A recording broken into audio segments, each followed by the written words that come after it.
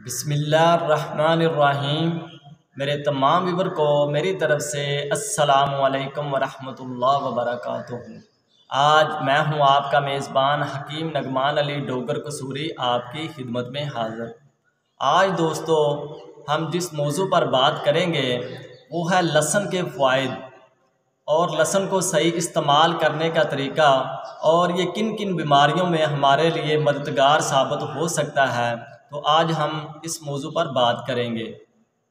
तिब्ब इस्लामी की रोशनी में इसकी बहुत ज़्यादा अहमियत बयान की गई है कि इसे बीमारियों में जो है इस्तेमाल किया जाता है तो ये फ़ायदा देता है।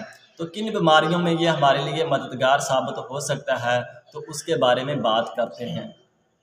नंबर एक दोस्तों, जो दोस्त शुगर के मरीज़ हैं तो उनकी खाली पेट जो है शुगर बढ़ जाती है तो उसके लिए ये बहुत ज़्यादा मददगार साबित हो सकता है। जिन दोस्तों की खाली पेट शुगर बढ़ जाती है तो वो इसे इस्तेमाल करेंगे तो इससे जो है उनकी जो खाली पेट शुगर बढ़ती है तो उसके लिए ये फ़ायदेमंद साबित होगा। तो इसको इस्तेमाल करने का तरीक़ाकार भी आपको बाद में बता देंगे। सबसे पहले हम ये बयान कर लेते हैं कि ये किन किन बीमारियों में जो है मददगार साबित होगा।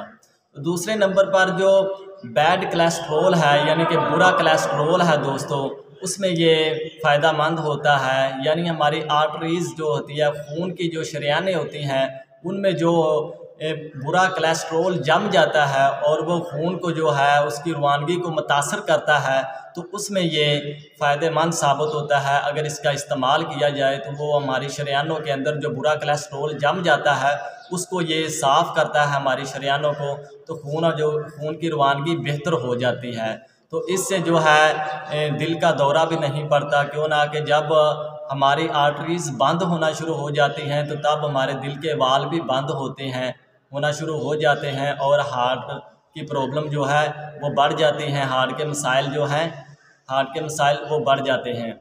तो इसे इस्तेमाल करके हम अपनी जो वेन्स हैं उनको बेहतर कर सकते हैं, उनकी खून की रवानगी को बेहतर कर सकते हैं।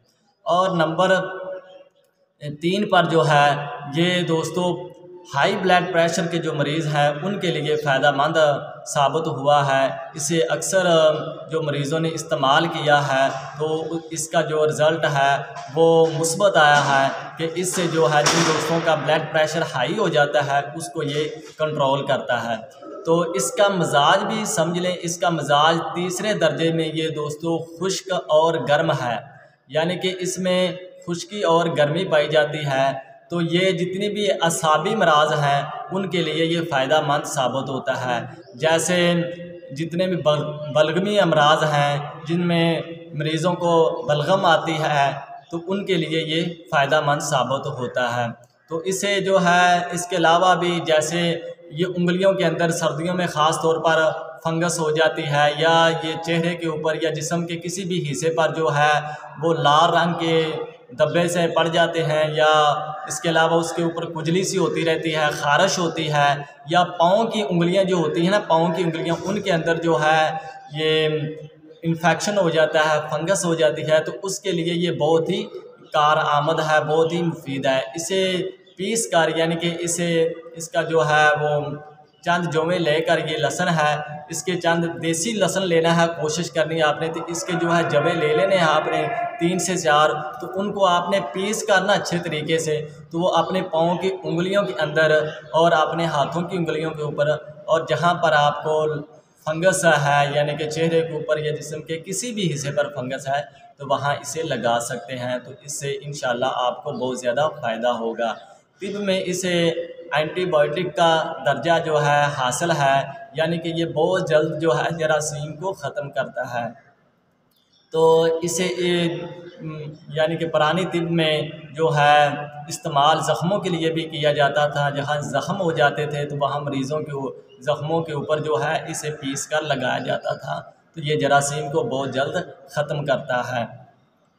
इसके अलावा इसके और भी बेशुमार फ़वाइद हैं। तो दोस्तों ये थे कुछ फ़वाइद जो बड़ी बड़ी बीमारियों में जो आजकल चल रही हैं तो उनमें ये मददगार साबित होता है। तो ख़ास तौर पर जो कान का दर्द है, जिन दोस्तों को कान की दर्द होती है तो इसका लहसुन का रस और अदरक का रस जो है बराबर वज़न लेकर आपने इसे नीम गर्म कर लेना है और अपने कान में टपकाएं, तो इससे आपके कान की दर्द ख़त्म हो जाएगी। आपके कान के में जो रेशा है या फिंसियाँ वगैरह बच्चों के कानों में हो जाती हैं, तो उनमें ये मददगार साबित होगा। तो आज की हमारी ये वीडियो थी, ये लहसुन के हवाले से जो हमने आपके साथ मालूमात इसकी शेयर की है। तो उम्मीद है कि आपको ये हमारी मालूमात अच्छी लगी होगी, तो इसे आगे भी शेयर करें ताकि कोई दोस्त और हमारा बहन भाई इस मर्ज़ में मुब्तला हो तो वो लहसुन को इस्तेमाल करके तो इन बीमारियों से महफूज रह सके। तो ये ख़ास तौर पर जो है मैदे के अमराज जो हैं उनमें भी फ़ायदेमंद साबित होता है। जिन दोस्तों को भूख नहीं लगती तो वो अगर इसकी चटनी बनाकर इस्तेमाल करें, यानी कि 3 से 4 अदर जवे जो है ये लहसुन के लें और इनको जो है साथ इसके पुदीना कुछ ले लें और हरी मिर्च ले लें, तो इनको अच्छे तरीके से कूट कर इसकी जो चटनी बना लें, तो वो अगर सालन के साथ अपने खाने के साथ इस्तेमाल करेंगे तो उनका जो है मैदा बेहतर हो जाएगा। तो वो ख़ुराक को जल्दी जो हज़म कर सकेगा, तो उनको जो मैदे के मसाइल हैं इनसे जो वो दो चार नहीं हो सकेंगे, इनसे मैदे के मसाइल से बच सकेंगे और उनको जो खट्टे डकार आते हैं जिन मरीज़ों को, वो भी इससे बच सकेंगे। तो जो ब्लड प्रेशर के मरीज़ हैं या शुगर के मरीज़ हैं और इसके अलावा कोलेस्ट्रोल के मरीज़ हैं या जिनको दिल के अमराज हैं, यानी कि दिल का दौरा पड़ जा सकता है या जिनका खून जो है गाढ़ा हो चुका है, तो ये खून को पतला करता है, तो उन दोस्तों को कैसे इस्तेमाल करना चाहिए। तो ये आपने कोशिश करनी है कि आपने लहसुन लेना है दोस्तों, देसी लहसुन। इसके जवे थोड़े से बारीक होते हैं।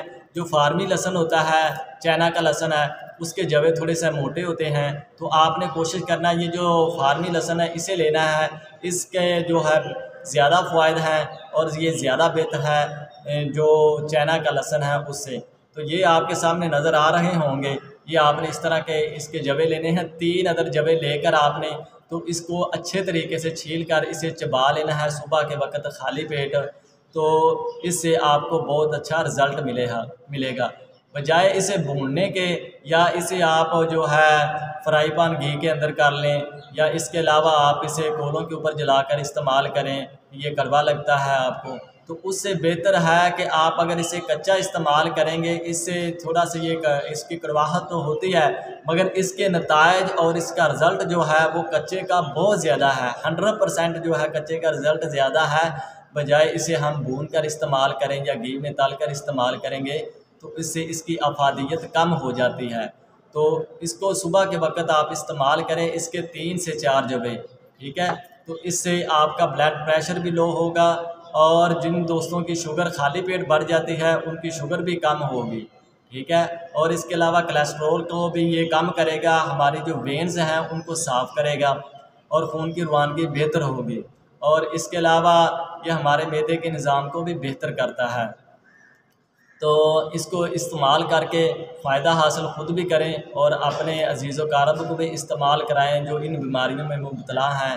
तो अगर इसको कम से कम आपने 1.5 से 2 माह तक इस्तेमाल करना है, तब आपको इसके अच्छे जो नताइज मिलेंगे। ये नहीं कि आप 2 से 4 दिन इस्तेमाल करने या 1 हफ़्ता इस्तेमाल करने के बाद कहें कि इसके जो है हमें रिज़ल्ट मिलना शुरू हो जाए। कम से कम जो है इसके आपको 3 हफ़्ता इस्तेमाल करने के बाद इसका रिज़ल्ट मिलना शुरू हो जाएगा।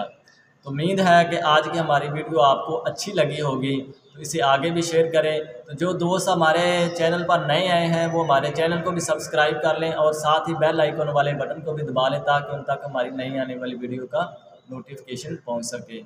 इसके साथ ही मुझे इजाज़त दीजिएगा। नेक्स्ट वीडियो तक अल्लाह हाफिज़।